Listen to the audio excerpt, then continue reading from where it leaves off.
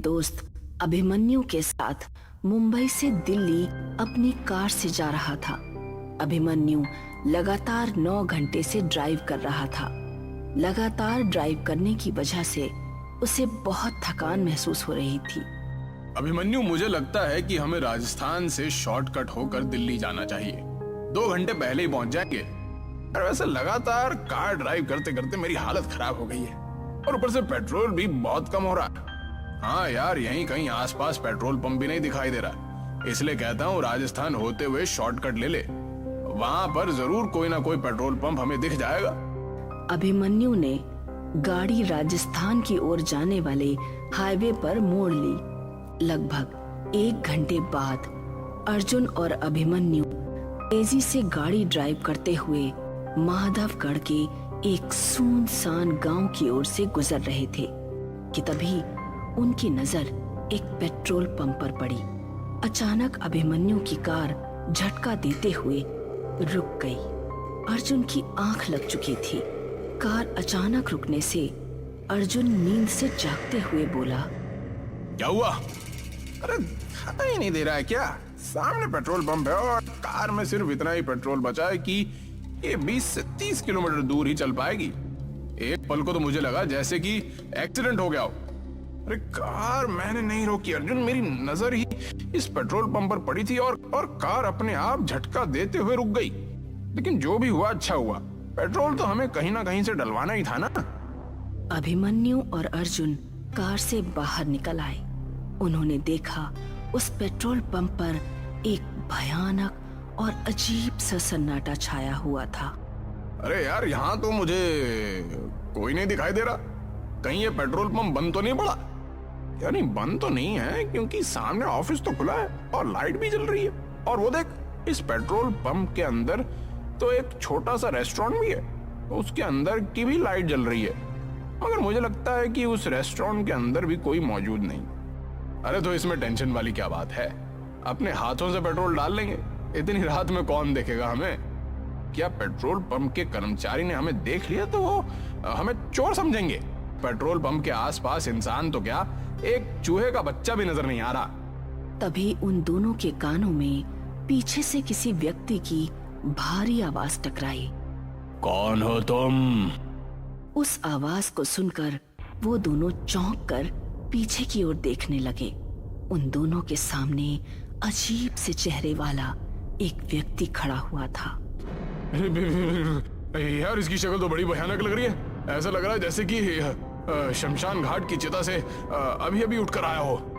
हाँ यार, बोल तो बिल्कुल सही रहा है। मैं खुद पहली नजर में इसकी शक्ल देखकर डर गया था। लेकिन हमें सिर्फ पेट्रोल डलवाना है और यहाँ से निकलना है। इतना बोलकर अभिमन्यु उस कर्मचारी से बोला, अभी कुछ सेकंड पहले आप कहाँ पर थे? हमें तो आसपास कोई नहीं दिखा था। अपने काम से काम रखो साहब। कहो, किस काम से आए हो? अरे पेट्रोल भरवाना है, टैंक फुल कर दो।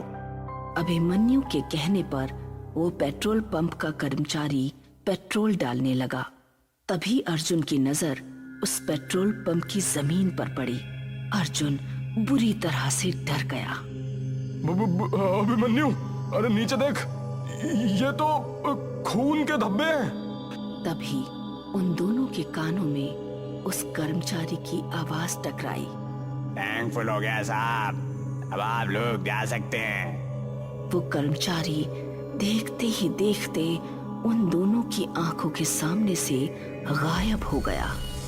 ये देखकर अभिमन्यु और अर्जुन की आंखें दहशत से फटी की फटी रह गई।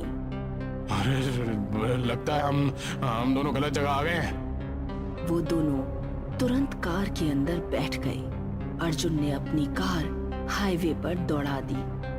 अभिमन्यु को कार ड्राइव करते हुए 1 घंटे से ज्यादा हो गया था, मगर रास्ता था जो खत्म होने का नाम भी नहीं ले रहा था। तभी अचानक अर्जुन की नजर एक और पेट्रोल पंप पर गई।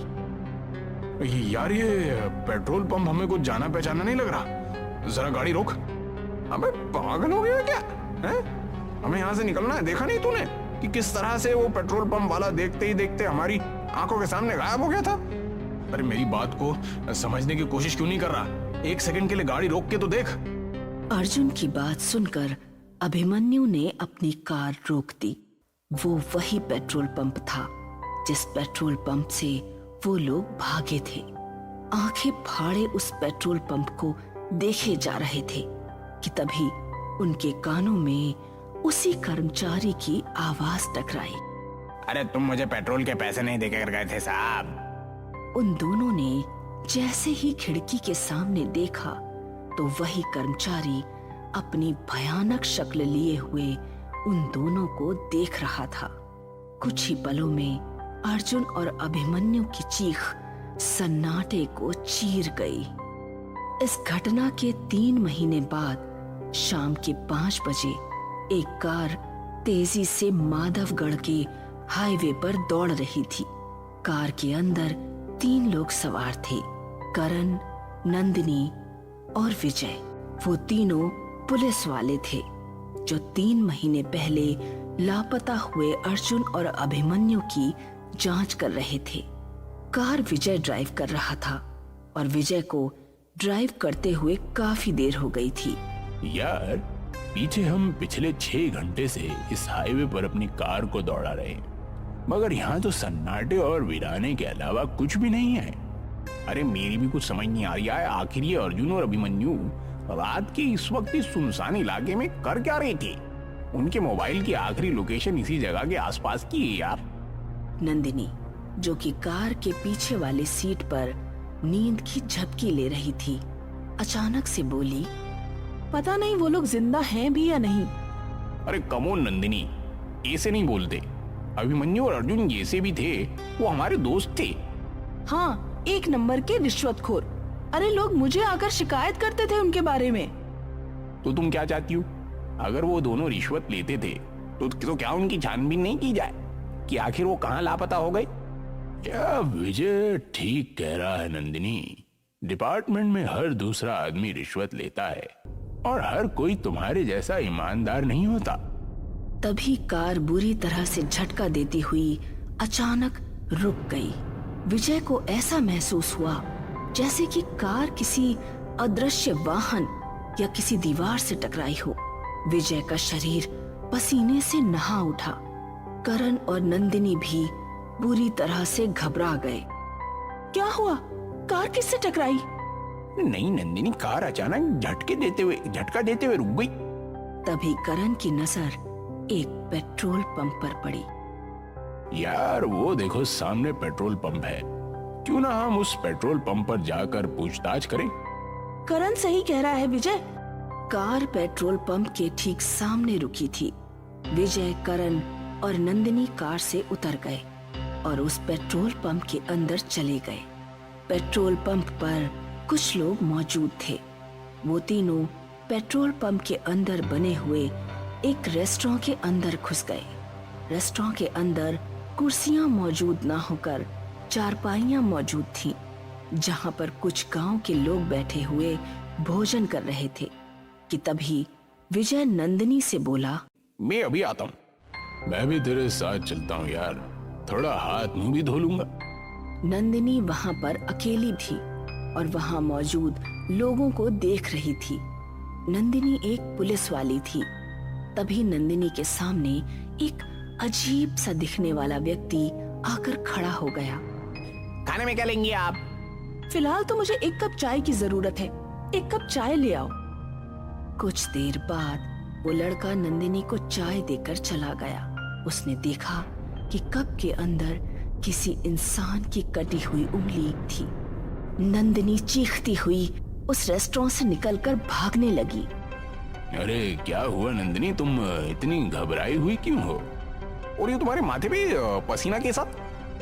ये पेट्रोल पंप अजीब सा है करण। इतना कहकर नंदिनी एक ही सांस में सारी घटना उन दोनों को बताने लगी। नंदिनी की बात सुनकर वो दोनों नंदिनी को बहुत गौर से देखने लगे।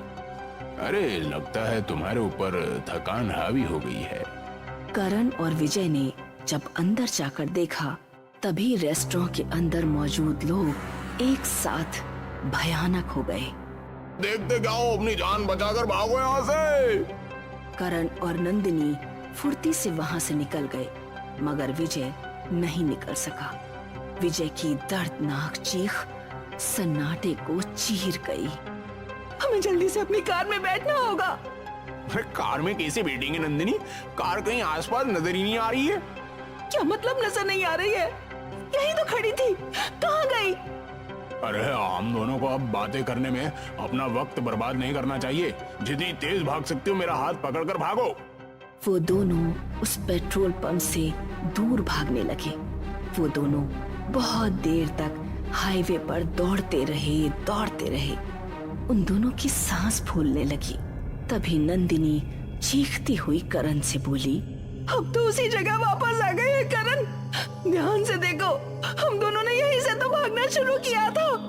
वो सामने पेट्रोल पंप है। करण की सांसें हलक में अटक कर रह गई।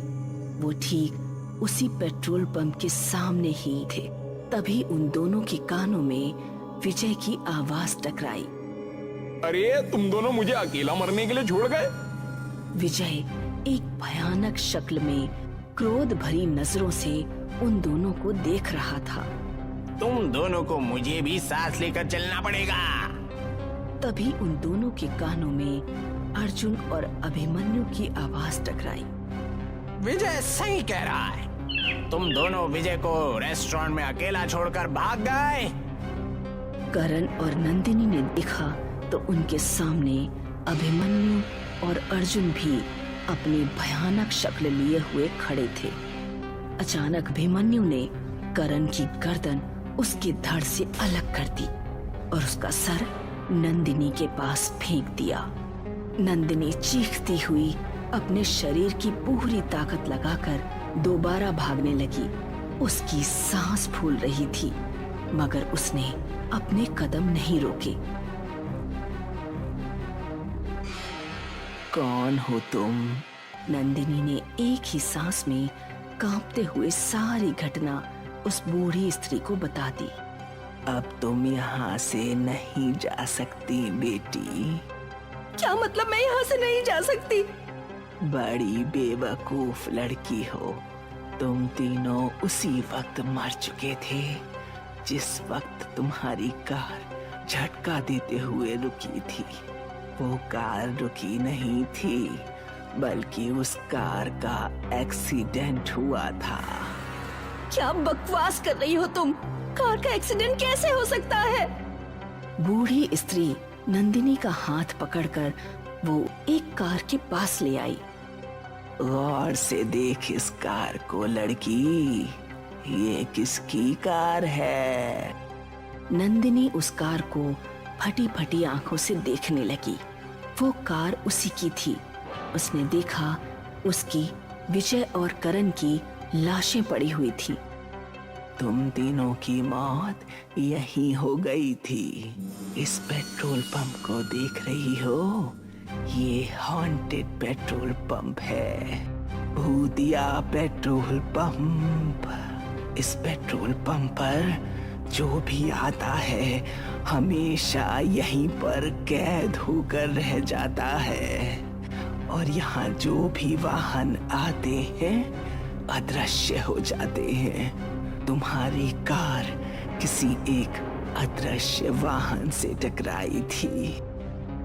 अगले दिन न्यूज़पेपर में नंदिनी, विजय और करण की फोटो छपी हुई थी और सभी जगह चर्चा थी कि एक बार फिर उसी हॉन्टेड पेट्रोल पंप पर 3 लोग लापता हो गए। ये क्या रहस्य है, कोई नहीं समझ पाया, और शायद कुछ रहस्य हमेशा रहस्य ही रहते हैं।